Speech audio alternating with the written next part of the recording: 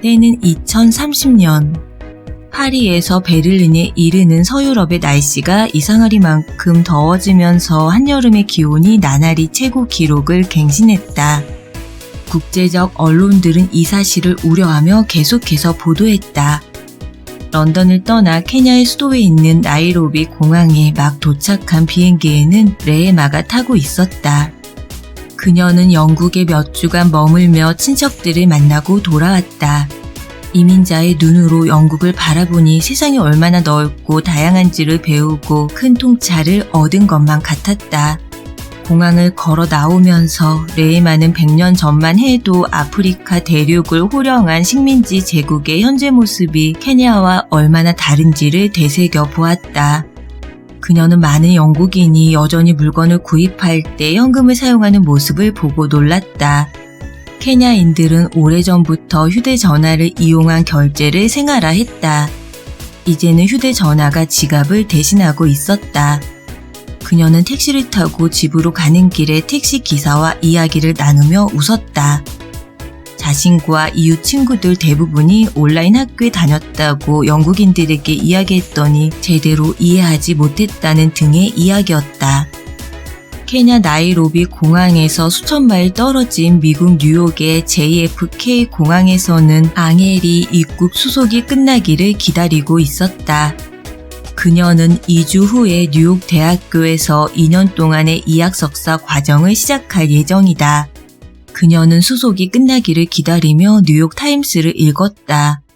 일면 기사를 보니 미국에서 역사상 최초로 노년층 인구가 청년 인구보다 많아진 모양이었다. 그녀의 고국인 필리핀과 비교하면 놀라운 차이가 아닐 수 없었다. 미국에서는 돌보미 로봇들이 기본적인 문제들을 해결해주는 수만 명의 노인이 집에 남는 방을 빌려주고 겨우 생활을 꾸려나간다고 한다. 특히 연금만으로는 생활이 불가능해진 노인들이 그렇게 산다고 한다. 앙헬은 미국 여성들이 남성들보다 더 많은 부를 차지하고 있다는 사실을 불평하는 듯한 기고문을 읽었다. 기고자는 이런 추세가 미국 경제를 불안하게 만들 수 있다고 생각하는 듯했다. 앙헬이 뉴욕 타임스의 나머지 기사들을 다 읽을 때까지도 입국 수속은 끝나지 않았다. 입국을 기다리는 외국인들의 줄은 길었고 아주 천천히 움직였다. 하지만 미국 시민과 영주권자들의 줄은 그보다 훨씬 빨리 움직였다.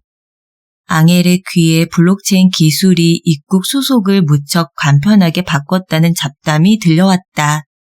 블록체인 기술은 생활 속의 여러 분야를 획기적으로 바꾸었다.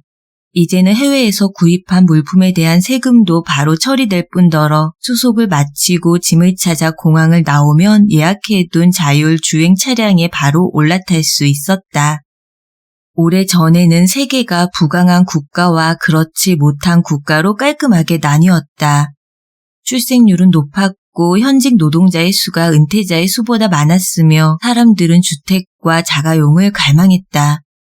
기업들은 성공의 기준을 유럽과 미국의 수준에 맞췄다. 공적 부채와 사적 부채는 모두 국가가 발행한 통화로 결제되었다. 학교 교사들은 학생들에게 정정당당하게 행동해야 한다고 가르쳤다.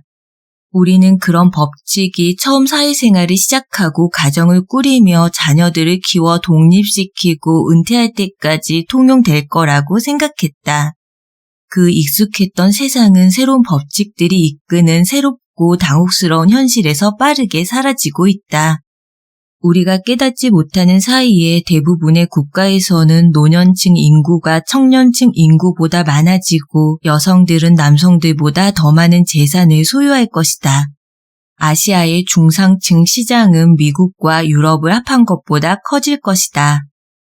또한 우리는 공장 노동자들보다 더 많은 산업용 로봇, 인간들의 두뇌보다 더 많은 컴퓨터, 인간들의 눈보다 더 많은 감지장치, 그리고 그것들의 수보다 다양한 통화에 둘러싸일 것이다.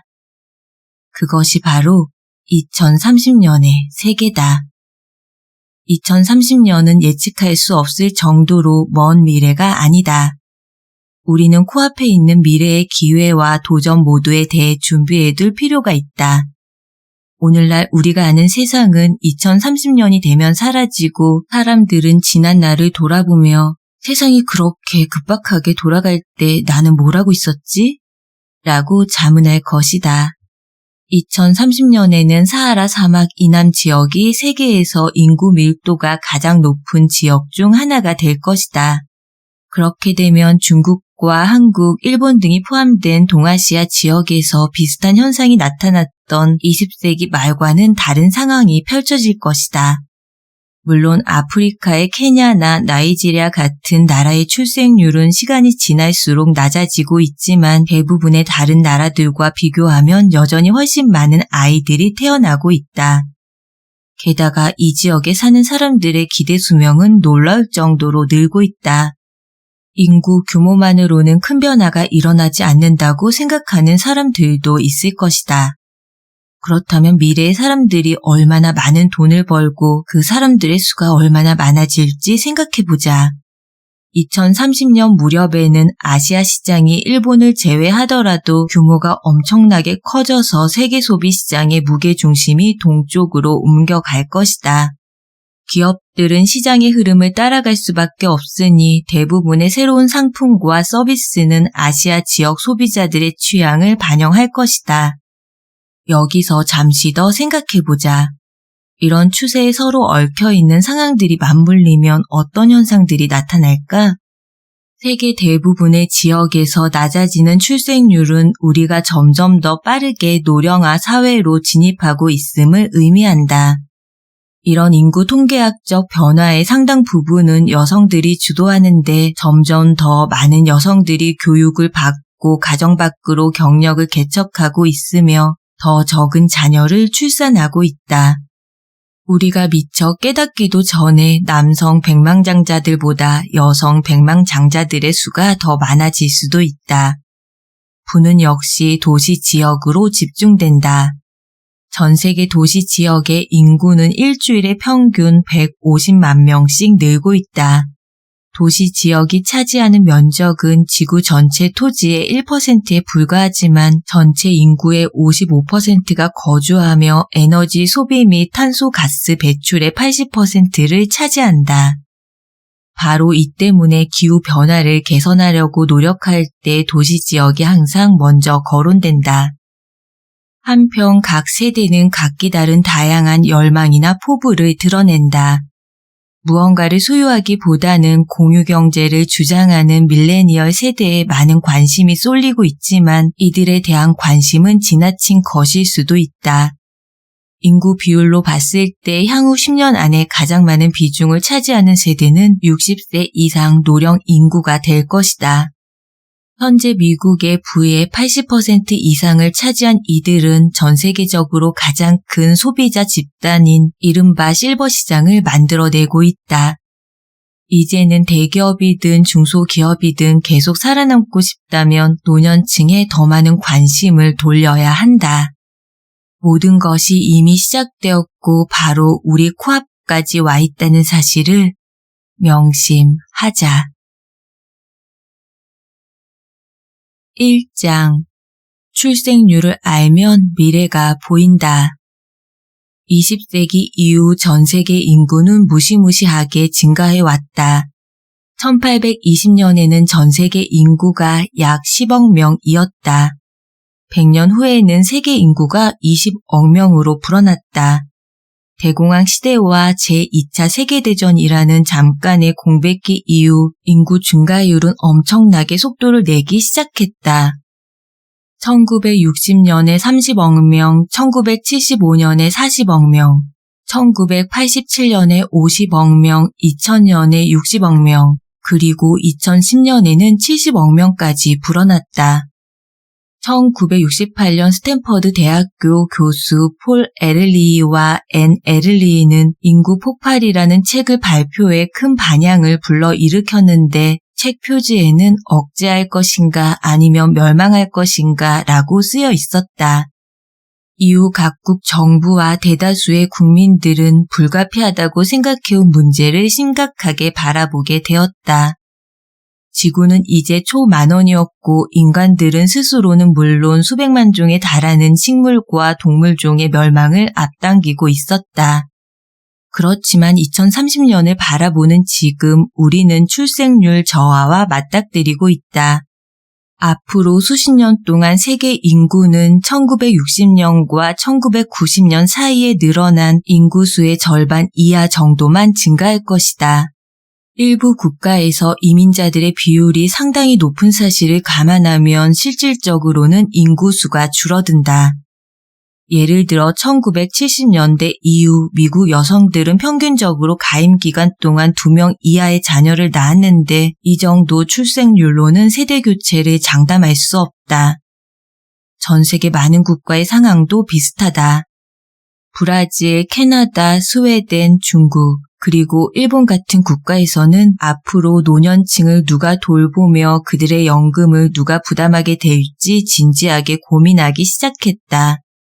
동아시아와 유럽, 그리고 미국 등지에서 출생률이 크게 낮아지는 반면 아프리카와 중동 그리고 남아시아 지역은 출생률 하락이 미미하기 때문에 전체적으로 경제 및 지정학적 권력의 균형이 변화하고 있다고 볼 수 있다. 현재 선진국에서 한 명의 신생아가 태어날 때 신흥공업국가 개발도상국에서 신생아 9명이 태어난다고 생각해보자. 혹은 미국에서 한 명이 태어날 때 중국에서 4.4명, 인도에서는 6.5명, 그리고 아프리카에서는 10.2명이 태어난다면? 게다가 세계에서 가장 가난한 지역에서도 차츰 아이들에게 영양을 제대로 공급하고 질병을 예방한다면 이들이 성인이 될 때까지 무사히 자라 부모가 될 확률이 크게 높아진다. 반세기 전만 해도 케냐나 가나 같은 아프리카 국가에서는 아이들 4명 중 1명이 14세가 되기 전에 사망했다. 지금은 그 비율이 10명 중 1명꼴이다. 전 세계의 다양한 지역에서 나타나는 급격한 인구수 변화는 단순히 어느 나라에서 신생아가 많이 태어나느냐는 문제뿐만 아니라 기대 수명이 빠르게 늘고 있는 문제와도 관련이 크다.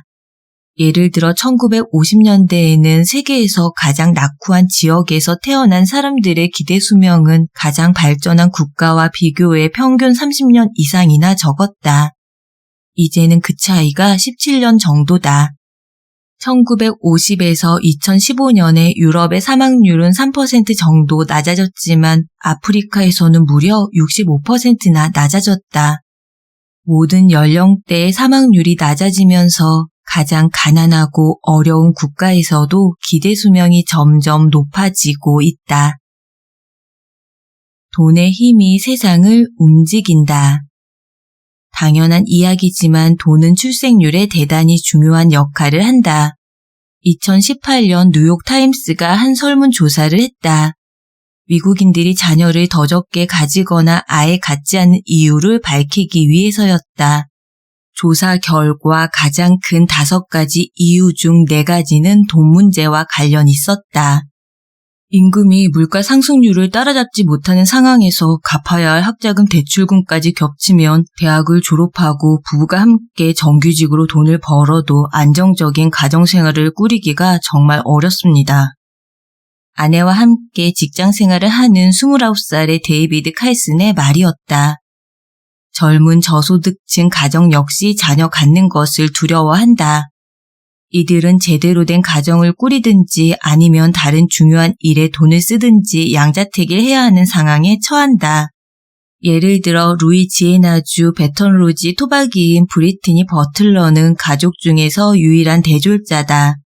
22살의 브리트니에게 최우선 순위는 사회복지학 석사학위 취득, 학자금 상환, 그리고 안전한 고수로의 이사 등이었고 자녀 문제는 그 다음이었다. 1960년대로 돌아가 보자. 시카고 대학교의 경제학자 게리 베커는 출산에 관한 사람들의 결정을 새로운 시각으로 볼 수 있는 주장을 제기했다. 부모들은 자신들이 원하는 자녀의 양과 질 사이에서 손해와 이익을 저울질한다. 예를 들어 가족의 수입이 늘어나면 사람들은 차를 한 대나 2대쯤 더 살까 고민하는데 수입이 계속 늘어난다고 해서 수십 대의 자동차를 사려고 하지 않는다. 냉장고나 세탁기를 수십 대 사들이지도 않는다. 베커는 그 이유를 수입이 많아지면 사람들이 양보다 질에 더 초점을 맞추기 때문이라고 설명했다. 즉 사람들은 여러 대의 차가 아닌 새로 나온 더 크고 고급스러운 승용차나 SUV를 구입하는 것으로 만족한다.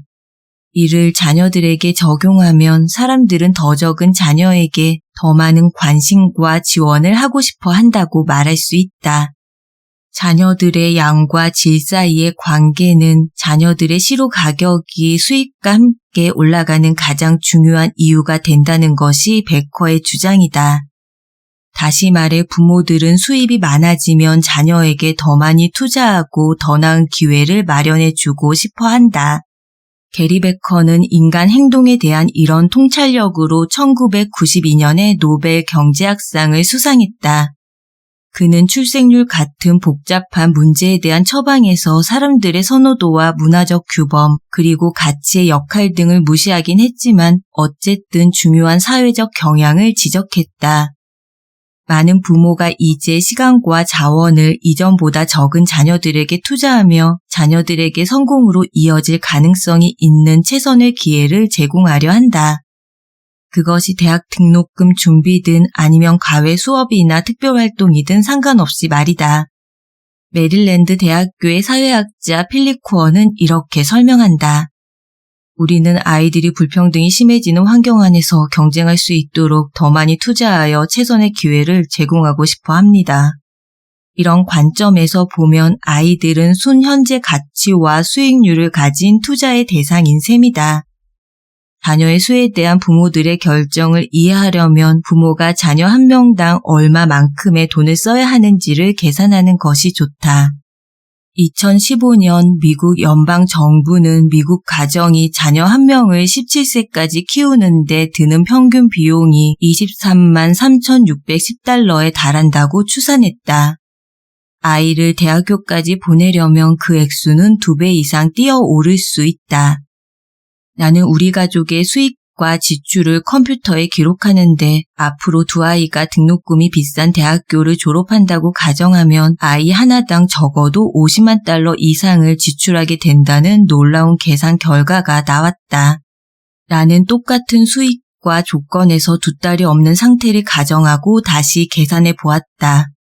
그러자 스포츠카와 바닷가 별장을 살 수 있는 여유 자금이 남았다. 이민자가 일자리를 만든다.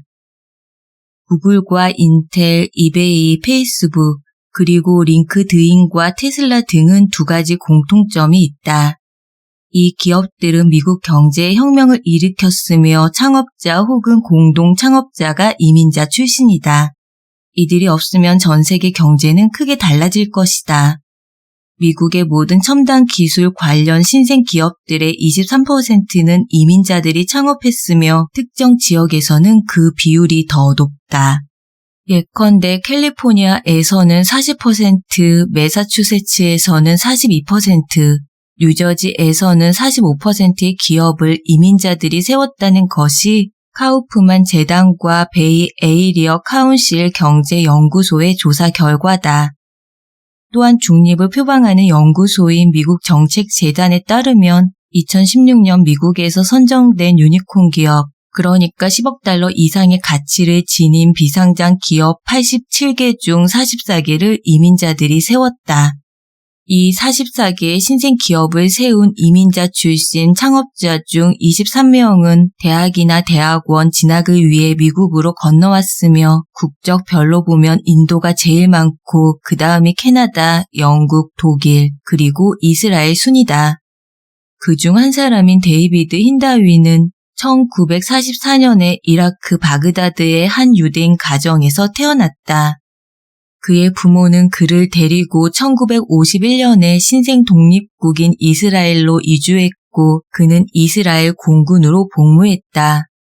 1970년에 그는 캘리포니아 대학교 버클리 캠퍼스에서 박사 학위를 받기 위해 처음 미국으로 건너왔고 2007년에 아들 오라이언과 함께 인터넷 보안 전문 업체 테니엄을 설립해 500명의 직원이 일하는 기업으로 키워냈다.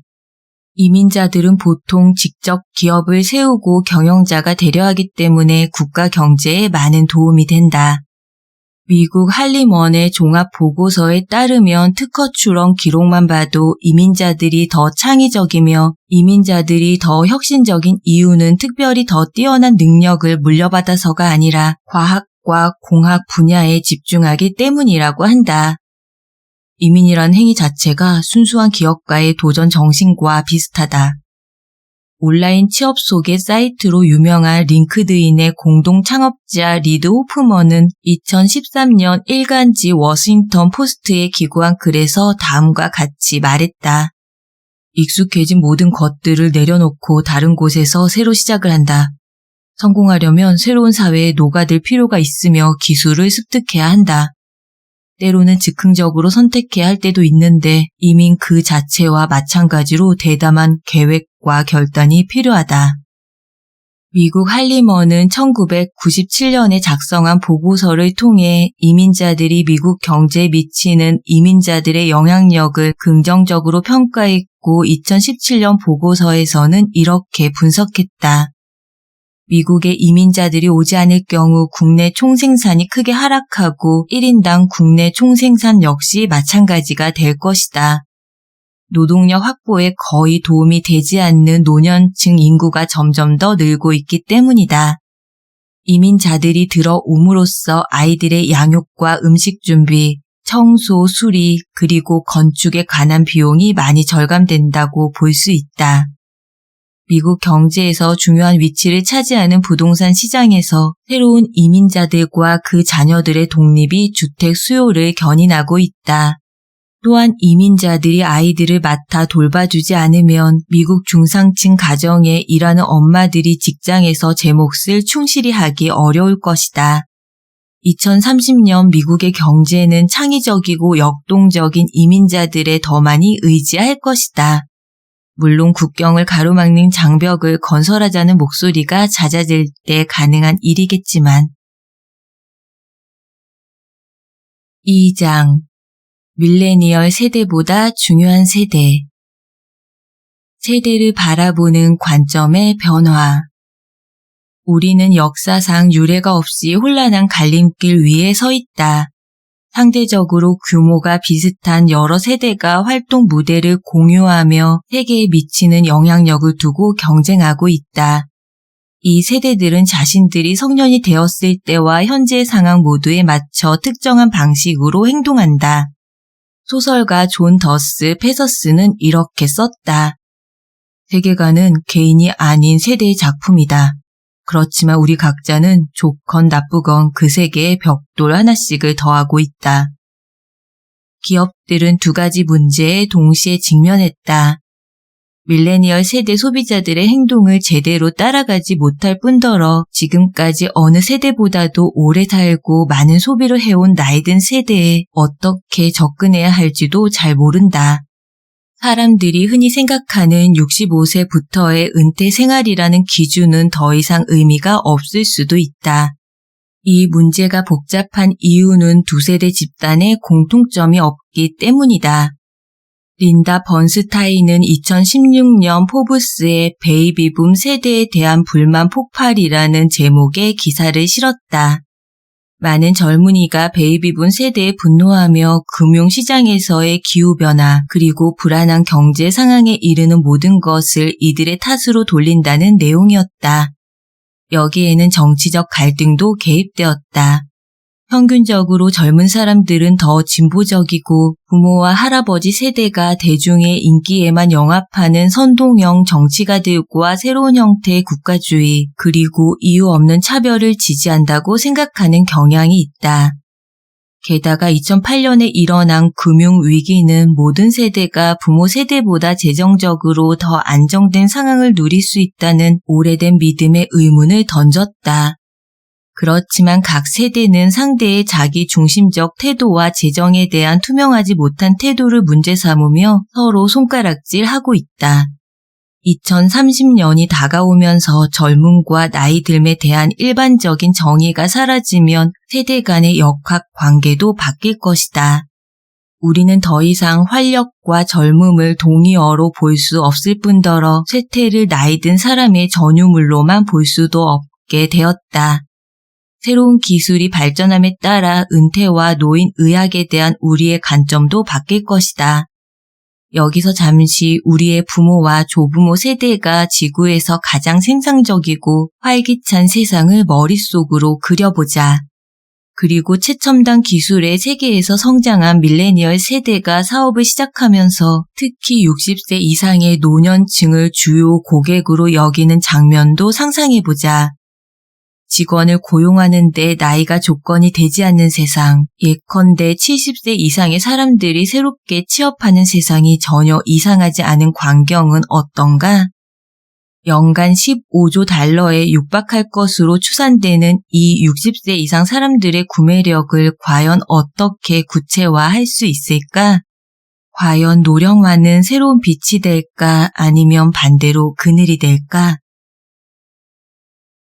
실버 시장의 큰손들, 건강, 로봇, 그리고 생필품 시장 외에 세계 경제에서 인구 노령화와 함께 가장 빠르게 변화하는 분야는 바로 금융과 자산관리 분야다. 간단히 생각해도 돈에 관한 사람들의 필요와 욕구, 태도는 나이가 들면서 변할 수밖에 없다. 샌프란시스코 연방준비은행 소속 경제학자 두 사람이 실시한 최근의 연구는 그런 변화를 잘 드러낸다. 두 사람은 미국 주식시장에서 상장 기업의 주가 수익 비율과 인구 노령화 간 상관관계가 크다는 사실을 깨달았다. 주가 수익 비율은 주식의 가격을 1주당 수익으로 나눈 값이다. 이 비율이 높다는 사실은 투자자들이 상장 기업이 올린 수입의 일부를 소유하기 위해 적지 않은 돈을 기꺼이 투자하고 있다는 의미다. 다시 말해 투자자들은 해당 기업이 장차 크게 성장할 것이라고 믿기 때문에 기업의 주식에도 긍정적으로 반응한다. 그런데 1950년대와 2010년대 초반 사이 미국의 모든 상장 기업의 평균 주가 수익 비율이 이런 양상을 보였다. 즉, 미국 인구의 평균 연령이 높아지면 떨어지고 낮아지면 다시 올라갔다. 어째서 이럴까? 연령대의 변화와 주가 사이에는 과연 어떤 관계가 있을까? 이런 장기간의 상관관계가 이어지는 이유는 두 가지다. 투자의 관점에서 보면 사람들 대부분은 나이가 들수록 위험을 피하고 싶어 한다. 젊은 사람들은 미래의 가치를 보고 돈을 투자하는 경향이 있는데 여기에는 당연히 높은 위험이 따른다. 주식은 그런 투자 대상 중 하나다. 사람들은 50대 또는 60대로 접어들면 위험이 적은 채권에 더 많이 투자함으로써 자산 구성을 재조정한다. 그러다가 은퇴 시기가 가까워지면 모든 자산을 현금화하거나 정기적으로 일정 금액을 받을 수 있는 상품으로 바꾸기 시작한다. 연령대와 소비 사이에도 상관관계가 있다. 나이가 들면 소비 형태도 변한다. 더 이상 자동차나 가전제품 등을 바꾸지 않으며 집도 사지 않으려 한다. 가능하면 살림살이 규모를 줄이려 하는 것이다. 일생 동안 투자와 소비의 성향이 어떻게 바뀌어 가는지를 생각해보면 주식시장의 평가가 인구 통계학을 반영하는 현상은 놀라운 일이 아니다. 앞으로 다가올 2030년을 생각하면 한 가지는 분명하다. 전 세계 인구의 평균 연령이 높아지면서 기업의 순이익과 관련 있는 주식의 가격이 지금까지와는 다르게 그리 높아지지 않을 것이라는 사실이다. 그렇지만 계속해서 나이 들에 대한 생각의 변화를 확인하고 그 안에 있는 기회를 찾아 활용하면 주식시장과 연령대 간 관계는 긍정적인 영향을 주고받을 수도 있다. 3장. 새로운 중산층의 탄생. 고대 그리스의 철학자 아리스토텔레스는 이런 말을 했다. 가장 완벽한 정치적 공동체는 중산층이 지배하고 수적으로도 상류층과 하류층을 압도하는 공동체다. 실제로 중산층은 현대 사회와 경제의 중추 세력이다. 20세기 초에 미국의 진보주의 개혁가로 활동한 루이스 D. 브랜다이스는 이런 예측을 내놓았다. 우리는 이 땅에 민주주의를 실현할 수 있다. 아니면 소수가 이 땅의 부대부분을 차지하는 사회에 이룰 수도 있다. 그렇지만 둘은 결코 양립할 수 없다. 역사상 가장 오랫동안 미국과 서유럽은 전 세계의 경제활동이 창출한 부로 미국과 유럽의 중산층을 살찌우면서 균형을 유지해왔다. 하지만 더 이상은 아니다.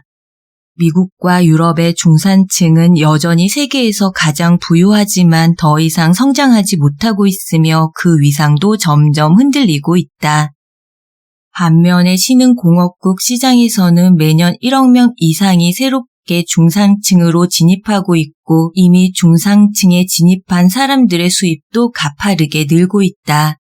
이 새로운 중산층들의 기세가 올라가고 옛날 중산층들은 반대로 수그러들고 있다.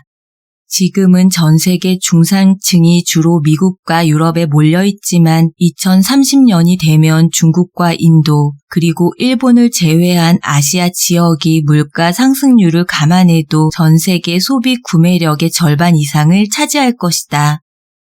1920년대에 제너럴 모터스나 시어스 같은 기업들이 폭발적으로 증가하는 중상층의 욕구를 채워주면서 세계적 기업으로 성장하던 때부터 알파벳이나 아마존 같은 인터넷 기반 기업들이 정상을 차지한 2020년까지만 살펴봐도 그야말로 상점 벽해가 일어난 것 같지 않은가? 소비의 주체가 아시아로 넘어가는 변화의 흐름은 2030년이 아니라 지금도 확인할 수 있다. 인터넷 온라인 장보기에서 중국이 차지하고 있는 위상을 생각해보자. 중국의 11월 11일 광군제는 주로 인터넷에서만 기념하는 날인데 2017년에는 이날 하루에만 250억 달러어치가 넘는 상품이 거래되었다. 미국에서 인터넷 상품 거래를 활성화하기 위해 만든 날인 사이버 먼데이의 거래량 70억 달러를 초라하게 만드는 규모다. 도박 사업은 또 어떤가?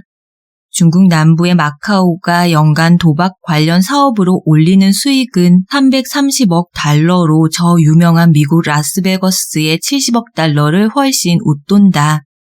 그러나 중국 중상층 시장은 기껏해야 향후 10에서 20년 동안만 구매력 측면에서 세계 최대 규모를 유지할 것이다.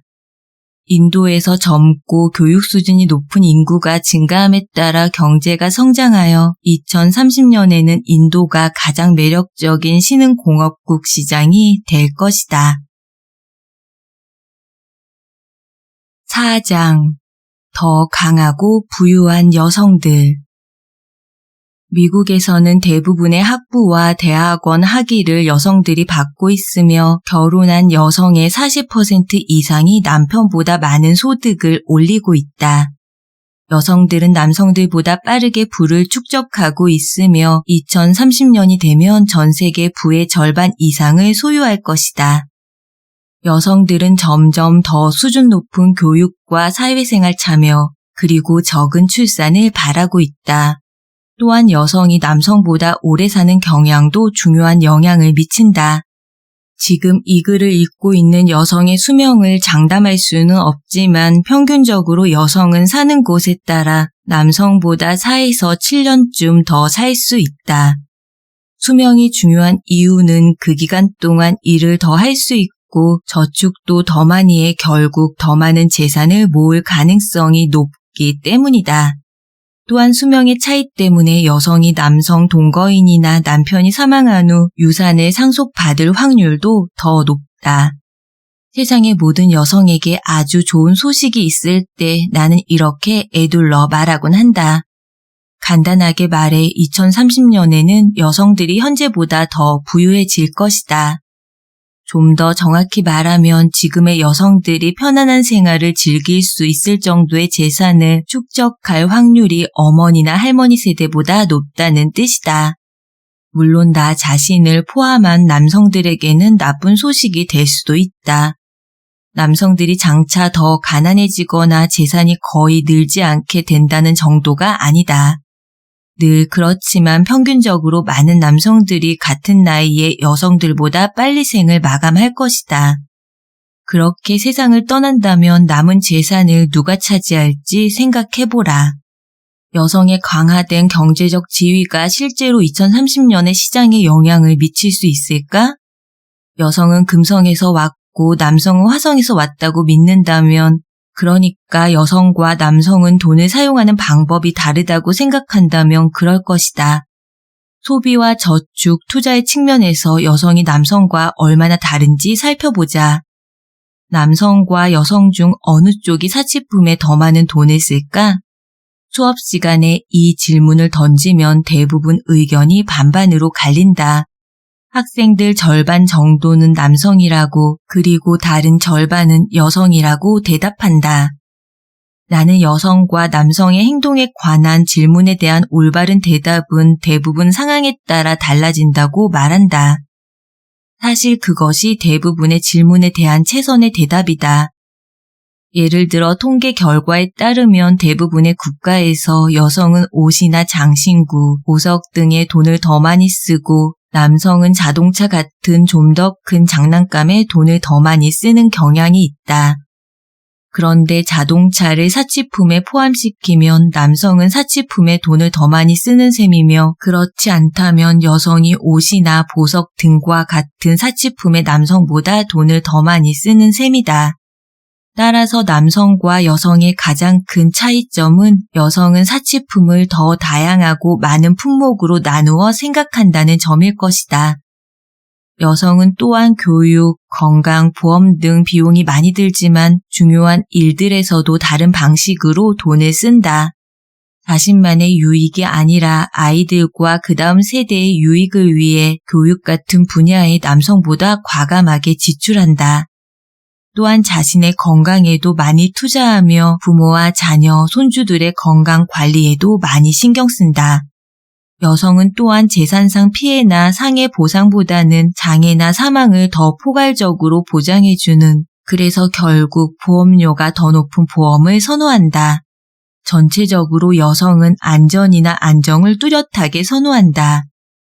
그렇다면 이렇게 여성의 재산 축적이 빠르게 증가하면 경제에 커다란 변화가 일어날까? 당연한 일이다.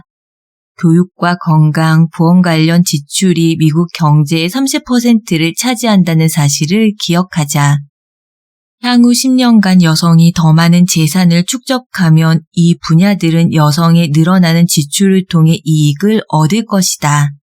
대부분의 재산을 남성들이 만들어내고 소유하며 관리하던 시대는 이제 거의 막을 내렸다. 그리고 금융시장은 거대한 변화를 맞이하고 있다. 요즘은 어째서 더 많은 사람이 수익률 변동이 큰 관리형 펀드가 아니라 주가시장 지수와 연동되는 주식 펀드를 선호하는지 궁금한가? 이제는 어느 정도 짐작될 것이다. 투자하는 사람들 중 여성의 비율이 늘고 있기 때문이다. 다시 말해 소비자, 저축 고객, 투자자로서의 여성을 잘 이해하면 기업들은 완전히 새로운 기회의 시장을 찾을 수 있다. 실제로 여성들의 입지가 올라가고 전 세계 부의 가장 많은 부분을 좌우할 때 여성들의 기호와 선택을 제대로 이해하지 못하면 어느 기업도 성공할 수 없을 것이다. 5장. 변화의 최전선에 도시가 있다. 집안에만 있는 사람들과 소셜미디어. 도시의 미래는 대부분 중상층이 만들어간다. 팽창하는 도시의 중상층은 3장에서 살펴본 것처럼 현대 소비자 경제의 중심을 이루며 도시 바깥의 사람들과는 다르게 산다. 이들은 휴양이나 오락거리에 돈을 쓰는데 관심을 기울이며 훨씬 많은 탄소와 디지털 발자국을 남긴다. 도시 거주자들과 그들의 생활 방식은 분명 기술과 소비의 향방을 결정 지을 것이다. 이들이 인구의 대다수를 차지하고 있으며 기업들은 이들의 행동을 기반으로 새로운 상품과 영업 전략을 개발하기 때문이다. 도시 소비자들은 끝없이 이어지는 자기 강화 과정을 통해 도시적 방식으로 더 많이 소비한다. 도시가 커지면 집에만 틀어박혀 있는 현상이 급증한다. 2017년에 전 세계적으로 비만으로 고생하는 사람은 6억 5천만 명이었는데 기아로 신음하는 사람은 그보다 많은 8억 2,100만 명이었다. 2030년이 되면 비만 인구는 11억 명으로 굶주리는 사람들의 숫자를 훨씬 넘어설 것이다. 아시아와 아프리카 지역에서는 앞으로 적어도 2억 명 정도가 중상층으로 올라설 것이다. 비만이 확산하는 주요 원인 중 하나는 도시의 인구 폭발이며 여기에 움직임이 적은 도시생활 방식도 영향을 미친다. 식생활 변화와 가공식품 소비 역시 무시할 수 없다. 비만 인구가 늘면 다른 많은 건강 문제 중에서도 심장병과 당뇨병, 관절염 등을 앓는 사람들이 많아진다. 또한 운동시설과 식생활 개선용 상품이며 더 큰 옷과 추가 공간에 대한 수요가 커진다. 도시적 생활 방식은 스마트폰 어플리케이션 사용과 동의어가 되었다. 스마트폰 사용은 앞으로도 도시 거주민과 도시 외 거주민의 행동을 구분하는 기준이 될 것이다. 가장 많이 사용되는 것은 소셜미디어 관련 어플리케이션들이다. 2019년 1월 현재 미국과 라틴 아메리카, 동아시아의 13세 이상 인구의 80% 이상이 페이스북이나 트위터, 인스타그램 혹은 위챗 같은 소셜미디어에 정기적으로 접속한다. 유럽과 중동은 약 70% 이상이다. 반면에 사하라 사막 이남 지역은 20%를 밑돌고 인도는 30% 정도다. 스마트폰 사용자가 모두 소셜미디어를 이용하는 것은 아니라는 사실은 사하라 사막 이남과 인도를 보면 알 수 있다. 이 지역에는 도시 이외 지역 주민들의 인구가 많다. 작은 마을에 모여 사는 사람들은 디지털 기술로 어플리케이션에 접속할 수 있더라도 얼굴을 맞대고 접촉하는 쪽을 선호한다. 도시 이외 지역에 거주하는 주민의 비율은 사하라 사막 이남 지역이 59%고 인도는 65%다. 이 비율은 사람들이 도시로 이주하면서 빠르게 줄고 있지만 미국의 17%에 비하면 여전히 높다. 6장 과학기술이 바꾸는 현재와 미래. 인간과 로봇은 친해질 수 있을까? 인공지능은 새로운 기회로 향하는 문을 열어 젖혔고 우리가 아는 기존의 세상의 종말을 고하는 가장 큰 원인이 되었다. 인공지능에는 전통적으로 인간의 두뇌가 하던 일이었던 음성인식, 시각인식, 그리고 의사결정 등을 수행하기 위한 다양한 장치들이 포함되어 있다. 자율주행 승용차와 트럭, 더 효율적이고 반응이 빠른 사회 기반 시설, 그리고 알아서 스스로 문제를 해결하는 의료 장비나 가전제품 등이 속속 등장하고 있다.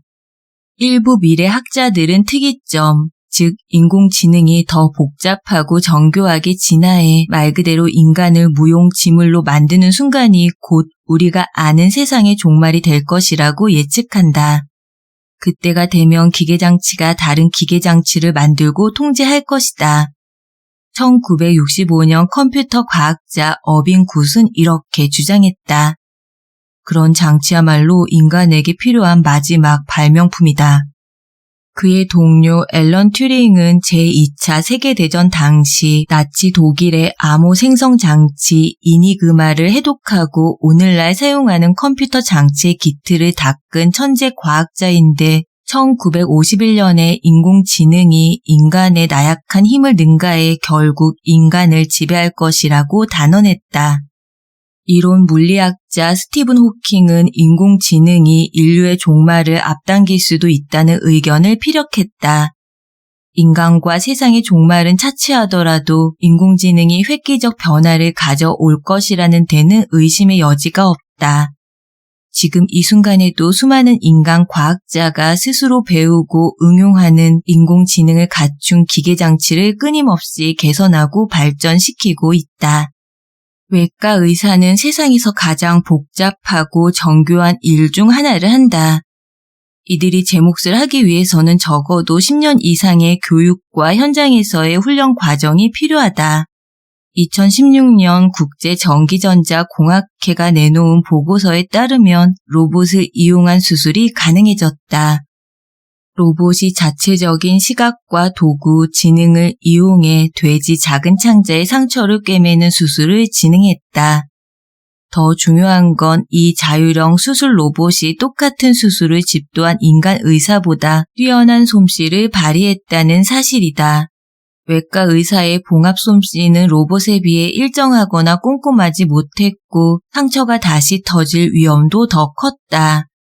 이 연구를 진행한 소아외과 전문의 피터 김은 이렇게 이야기했다. 우리 외과 의사들은 물론 수술 기술에 자부심이 있지만 더 안전하고 나은 결과를 위해 기계장치와 함께 일하면 환자와 의사 모두에게 엄청난 유익이 될 겁니다. 그는 로봇이 자율주행 자동차처럼 우선은 인간 의사를 돕는 역할부터 할 거라고 생각한다. 자율주행도 처음에는 주차부터 시작했고 이후 주행 중 차선 이탈 방지 같은 기술로 발전했다. 같은 맥락에서 로봇 기술도 반드시 인간을 대체하는 것이 아니라 인간을 도와 더 나은 성과를 내도록 만드는 방향으로 나아갈 수 있다. 로봇 기술의 또 다른 장점은 개인적 의견을 바탕으로 판단을 내리지 않는다는 점이다. 우리는 인공지능형 비서 알렉스나 시리와 이야기를 나누는 경우가 많아요. 언론인 로라 시델의 설명이다. 그런데 이런 인공지능이 작고 귀여운 로봇 안에 들어간다고 상상해보자. MIT 연구원인 알렉산더 레베는 마분지 상자로 박씨라는 이름의 로봇을 만들었다. 어느 날 레베는 한 남자가 박씨에게 고민을 토로하는 광경을 봤다. 그 남자는 박씨가 진짜 사람이라도 되는 것처럼 이야기를 하기 시작했어요. 레베는 화가이자 영화 제작자인 브렌트 호프와 함께 사람들의 마음을 움직일 수 있을 정도로 귀여운 로봇을 만들기로 결심했다. 완벽한 미소를 머금은 로봇을 만들었죠. 호프의 설명이다. 모든 것을 주고받을 수 있고 전혀 위협이 되지 않으리라는 확신을 주는 모습이었다. 지금까지의 결과를 보면 레벤과 호프의 작업은 성과를 거두고 있다. 인간과 기계의 상호작용을 연구하는 MIT의 셰리 터클은 사람들이 로봇에게 마음을 여는 것은 그리 어렵지 않다고 이야기한다. 인간과 로봇은 쉽게 친해질 수 있다. 나가는 글. 위기는 어떻게 기회가 되는가? 흐름을 놓치지 않기. 세상은 계속 바뀐다. 변화에 대응하는 유일한 방법은 자신도 함께 변하는 것이다. 당연한 일이지만 그저 손실을 최소화하려 애쓰거나 한 번에 하나씩 소극적으로만 해결하려고 하면 크든 작든 새로운 변화에 제대로 대응할 수 없다. 흐름을 놓치지 않는 사람이 되어 인구 통계학적, 경제적, 문화적, 기술적인 변화가 다가올 때 그 흐름에 올라탈 수 있도록 준비해야 한다. 셰익스피어의 희곡 줄리어스 시저를 보면 브루투스가 이 원칙을 간단하게 설명한다. 흐름이 우리 쪽으로 왔을 때 그 위에 올라타야 하오. 그렇지 않으면 우리는 모든 것을 잃을 것이오. 변화의 흐름을 놓치지 않는 일의 중요성은 경제와 기술의 여러 분야에서 확연하게 드러난다. 우리는 다음에는 어떤 경제적, 기술적 변혁이 일어날지 궁금해하지만 발명의 역사를 살펴보면 뒷받침해줄 흐름이 미처 일어나지 않아 빛을 보지 못한 발명품의 사례가 얼마든지 있다. 사실 많은 기업가가 오랫동안 잊혔던 깨달음이나 장치들을 되살려 성공했는데 그들은 다만 처음 모습을 드러낸 후 몇 년이나 몇십 년, 심지어 몇백 년이 지난 것들에 새로운 생명을 불어넣었을 뿐이다. 기술 산업을 오랫동안 지켜보면 비슷한 발상들이 재활용되는 현상이 눈에 들어오기 시작한다. 너무 일찍 세상에 나타났기에 인정받지 못했을지도 모를 발상들이다. 론 밀러와 알렉스 위렐름의 말이다. 웹배는 1990년대 인터넷으로 장을 대신 봐주고 배달까지 해주는 사업을 선보였지만 이 흐름이 시장을 주도하려면 20년은 더 기다려야 했다. IBM은 1992년에 터치스크린이 있는 최초의 스마트폰 사이먼을 출시했다. 아이폰이 등장하기 15년 전의 일이었다. 정보 권한 관리라는 개념은 클라우드 컴퓨팅이 대세가 되기 몇 년 전에 처음 등장했다. 마이크로소프트의 태블릿 컴퓨터는 아이패드보다 적어도 10년은 앞서서 선을 보였고 포인트캐스트는 트위터보다 10년 전에 올리는 글의 길이를 제한하자고 제안했다. 독창적이지 않다고 해서 실패하는 것은 아니다. 밀러와 윌헬름의 결론이다. 기업들이 처음 시도하고 나서 시간이 지난 후에야 세상이 이 개념을 받아들일 준비가 된 것 아닐까? 무르익지 않은 때에 등장한 기업들은 종종 실패를 맛보지만 때를 기다린 기업들은 성공한다. 적절한 때를 만난 생각을 거부할 수는 없다. 프랑스 문학의 거장 빅토르 위고의 말이다. 2030년을 준비하기에는 아직 늦지 않았다. 가장 중요한 것은 우리가 아는 세상이 10년 이내, 적어도 우리의 인생 어느 지점에서 사라질 수밖에 없다는 사실을 깨달아야 한다는 점이다. 이런 깨달음은 기존 사고방식이나 사상을 계속 존중하는 대신 도전하는 방향으로 이어져야 한다. 다양하게 생각하고 점진적으로 발전시키며 모든 선택의 여지를 열어두고 새로운 기회에 집중하며 부족한 상황을 두려워하지 않고 흐름을 놓치지 않음으로써 수평적 연결을 추구하라. 지나치게 직선적이거나 수직적이어서 도움이 되지 않는 전통적 사고방식을 바꾸지 않으면 2030년의 도전들을 이겨낼 수 없다. 늦었다고 생각할 때가 변화를 위한 가장 빠른 때다. 성공하기 위해서는 수평적 비결과 방식들 사이에서 균형을 잡아야 한다. 그리고 기억하라. 이제는 돌이킬 수 없다.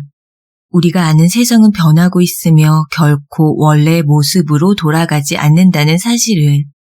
세상은 변하고 있다. 그것도 영원히. 극작가 유진 오닐은 이런 말을 남겼다. 행복을 추구하다니 얼마나 멋진 일인가. 2030년을 기다리며 다가올 기회를 붙잡자.